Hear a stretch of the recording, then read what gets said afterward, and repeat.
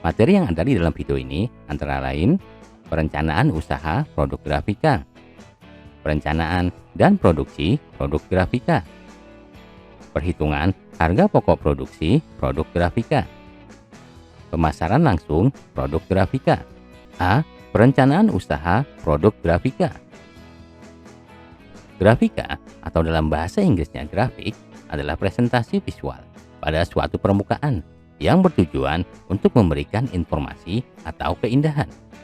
Jadi, pengertian grafika adalah gambar dan teks yang ditampilkan pada bidang datar yang bertujuan untuk memberikan informasi atau keindahan. Pada saat ini, produk grafika telah menjadi bagian dari kehidupan sehari-hari dalam bentuk poster, buku, iklan, gambar pada kemasan makanan, tanda petunjuk jalan, dan lain sebagainya. Bidang teknologi grafika memiliki beragam peluang usaha. Peluang usaha pada bidang teknologi grafika dapat dilihat dari kebutuhan yang ada di wilayah setempat, melihat ketersediaan bahan dan material yang ada, maupun dengan melihat usaha grafika yang sudah ada di wilayah sekitarmu. Sumber daya material, teknik, dan ide produk grafika. Sumber daya usaha yang dibutuhkan untuk wirausaha produk grafika adalah bahan baku atau material, teknik dan alat, serta keterampilan. Wirausaha produk grafika dapat dimulai dengan melihat potensi bahan baku, potensi teknik, dan keterampilan yang ada di daerah tersebut. Bahan yang dibutuhkan untuk produk grafika adalah bidang datar yang akan dicetak, pewarna, dan alat cetak. Alat cetak yang dibutuhkan bergantung pada teknik cetak yang akan dipakai. 5 jenis teknik cetak berdasarkan prinsipnya. 1. Cetak tinggi. Pada jenis teknik cetak tinggi, zat pewarna ditempatkan pada permukaan tertinggi dari bidang pencetak. Bidang pencetak dapat berupa balok kayu, karet, logam, atau bahan lainnya yang diberi gambar atau tulisan. Gambar atau tulisan tersebut diukirkan pada satu permukaan bidang. Warna dioleskan pada permukaan bahan yang sudah diukir, lalu dicetakkan pada permukaan kertas atau bahan datar lainnya. Tinta yang tercetak pada kertas sesuai dengan gambar pada permukaan tertinggi dari ukiran bidang cetakan. Gambar yang dihasilkan akan berupa gambar kebalikan dari gambar pada acuan cetak. Contoh dari cetak tinggi adalah stempel. Teknik cetak yang termasuk dalam jenis teknik cetak tinggi diantaranya cukil kayu dan cat. Cetak tinggi merupakan prinsip yang digunakan pada awal teknik cetak yang digunakan di Cina dengan acuan cetak papan kayu hingga mesin cetak Gutenberg. 2. Cetak dalam. Pada jenis teknik cetak dalam, zat pewarna ditempatkan pada permukaan terdalam dari bidang pencetak. Bidang pencetak dapat berupa balok kayu, karet, logam, atau bahan lainnya yang diberi gambar atau tulisan.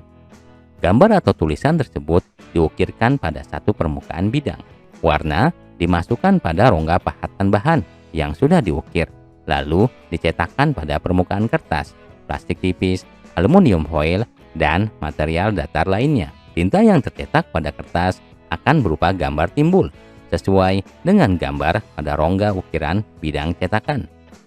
Gambar yang dihasilkan akan berupa gambar kebalikan dari gambar pada bidang acuan cetak. Contoh dari cetak tinggi adalah pencetakan gambar pada uang kertas. Teknik cetak yang termasuk dalam jenis teknik cetak dalam diantaranya rotograf dan etsa. 3. Cetak datar. Pada jenis teknik cetak datar, bidang pencetak atau bidang acuan cetak berupa permukaan datar yang memiliki 2 jenis lapisan permukaan. Satu jenis lapisan mengikat tinta, sedangkan satu jenis lapisan lainnya tidak mengikat tinta. Bidang yang bertinta akan menjadi bidang pencetak. Gambar yang dihasilkan akan berupa gambar kebalikan dari bidang acuan cetak. Contoh dari produk grafika dengan teknik cetak datar adalah koran dan majalah. Pencetakan offset dapat menggunakan satu tinta hitam saja untuk menghasilkan cetakan dengan nuansa hitam dan abu-abu. atau 3 warna dan hitam untuk hasil cetakan berwarna seperti majalah. Pada pencetakan berwarna, cetak offset memiliki 4 buah acuan cetak, yaitu acuan cetak untuk warna biru, merah, kuning, dan hitam atau dikenal dengan istilah CMYK. 4. Cetak saring. Cetak saring mengaplikasikan tinta langsung pada permukaan bidang datar. Gambar dihasilkan dengan memberikan lapisan penghalang tinta sesuai gambar yang diinginkan. Berbeda pula dengan teknik cetak tinggi, cetak dalam, dan cetak datar yang menghasilkan gambar terbalik. Cetak saring menghasilkan gambar yang sama dengan acuan cetaknya. Acuan cetak pada cetak saring dapat berupa stensil yang diletakkan di antara kertas dengan screen atau dengan mencetakkan gambar acuan pada screen. Teknik cetak saring pada umumnya menggunakan screen, maka teknik ini dikenal dengan sebutan screen printing. Cetak saring dikenal pula dengan sebutan sablon. Teknik cetak saring dengan menggunakan stensil dapat dilakukan tanpa screen, yaitu dengan langsung menyemprotkan pewarna pada bidang datar yang sudah dilapisi stensil. Teknik tersebut serupa dengan teknik yang digunakan pada lukisan prasejarah cetakan tangan pada goa. Cetak digital. Cetak digital adalah proses cetak yang terjadi tanpa bidang acuan cetak. Proses pada pencetakan digital diatur dan dilakukan secara digital dengan menggunakan komputer. Cetak digital dikenal juga dengan sebutan digital printing. Mesin yang digunakan untuk cetak digital adalah printer. B. Perancangan dan produksi produk grafika. Perancangan produk grafika.